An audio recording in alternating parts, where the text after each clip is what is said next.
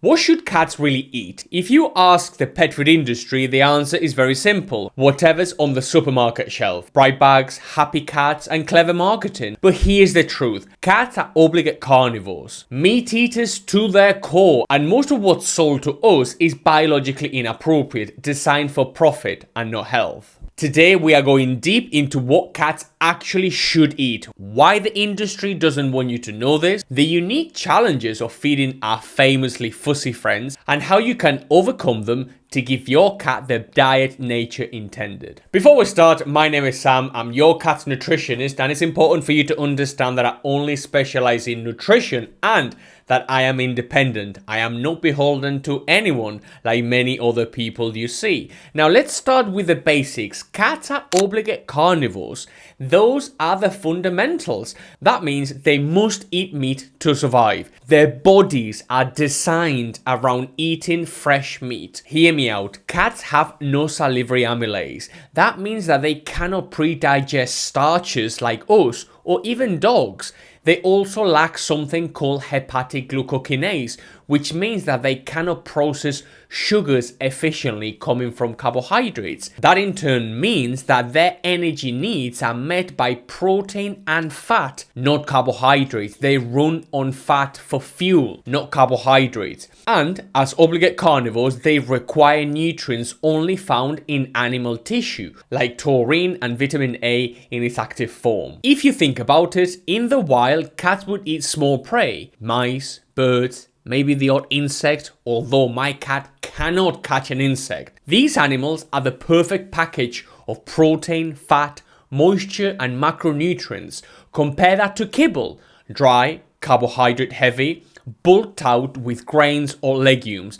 The difference is night and day. So here's where things get dicey. How did we end up feeding cats cereal pellets? It goes back to the early 20th century when pet food companies realized leftover grain from agriculture could be cheaply turned into kibble for dogs. Cats were really an afterthought, and when the cat food market exploded in the mid 20th century, the same cheap convenient model was applied. Think about it. Dry food is easy to manufacture, is easy to store and sell in bulk. It has huge profit margins. A kilo of wheat or a kilo of rice is always going to be cheaper than a kilo of fresh meat. And you also have to factor the marketing that makes it look either scientific or complete, whatever that means. But complete and balanced doesn't mean biologically appropriate. It just means meeting minimum nutrient levels, sometimes with heavy supplementation.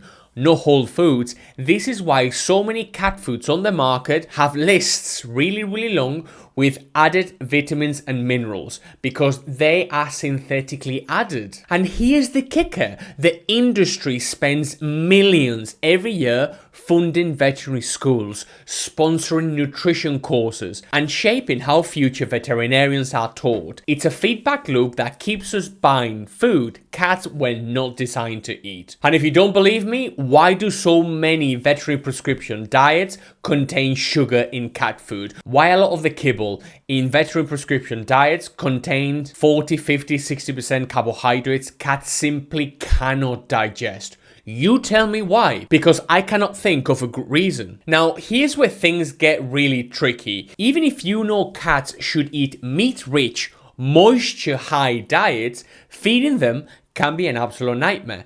Cats are notoriously fussy, even though mine isn't. And this isn't just personality, it's biology. Listen, cats imprint on food early in life. If they grow up only eating dry food, they may reject wet or fresh options. They are very sensitive to texture, smell, and even temperature. And they are hardwired to distrust new foods because in the wild, a wrong meal could be fatal. So how do you overcome it? If you know that your cat is on junk food, you must transition them very slowly. Mix the new food with the old, gradually shifting ratios. Warm food slightly maybe, that enhances aromas. Try different textures, pates, shredded, minced, but always high quality and always high meat, low filler. And if you have the fortune of feeding a kitten, offer them variety because that prevents future fussiness. Feeding cats is not just about feeding nutrients, it's about biology, it's about strategy. And once you crack it, you unlock better health, less risk of obesity, diabetes, UTIs, and chronic kidney disease.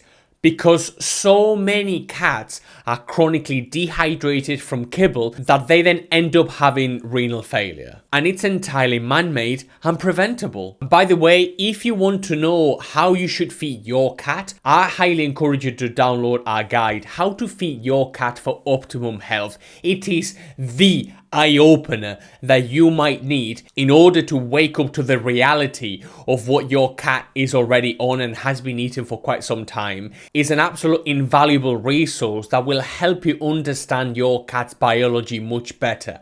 How to feed your cat for optimum health. The link is down below. Let's not mince words. The dismal reality of cat food is insane. Let's not sugarcoat it. The cat food industry is broken.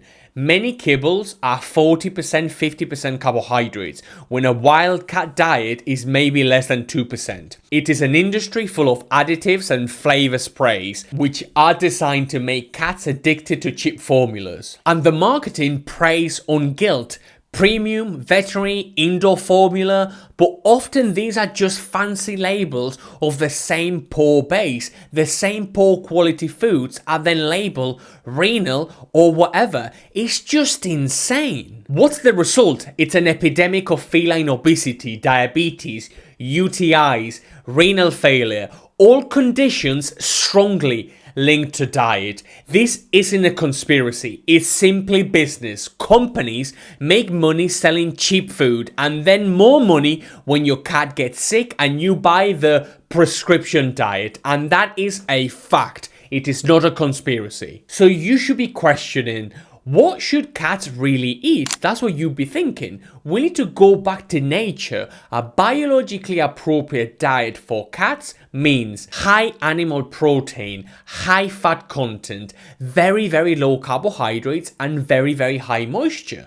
These can be achieved in a few ways. High quality wet foods with meat as the first, second, third, and fourth ingredient, and no fillers and no additives, no synthetically added additives. A lot of people will say, oh, this food doesn't say it contains taurine.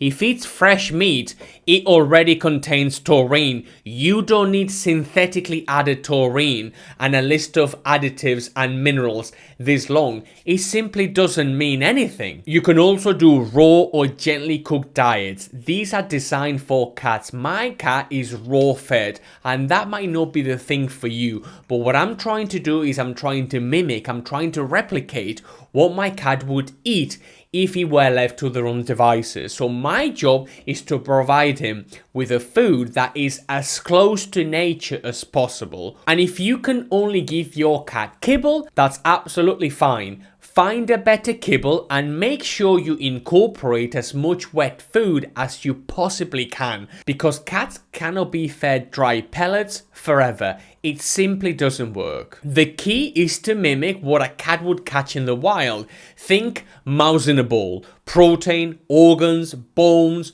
or appropriate substitutes, and moisture. Very, very high moisture. So the question, what should cats eat? The answer is very simple, but very challenging. A diet built for carnivores, not convenience. The pet food industry will not tell you this because it doesn't serve their bottom line. But as guardians of these animals, it's our responsibility. If you want a clear step-by-step guide to feeding your cat for optimum health, I put together a resource that cuts through the confusion and shows you how to make the switch safely, and you can grab it in the link down below. Your cat deserves a lot better than supermarket kibble. They deserve to thrive. They deserve to be fed a biologically appropriate diet. And by the way, if you are into wet food, I put together the best wet foods you can buy for your cat and the ones to avoid. I hope that helps. Check it out here.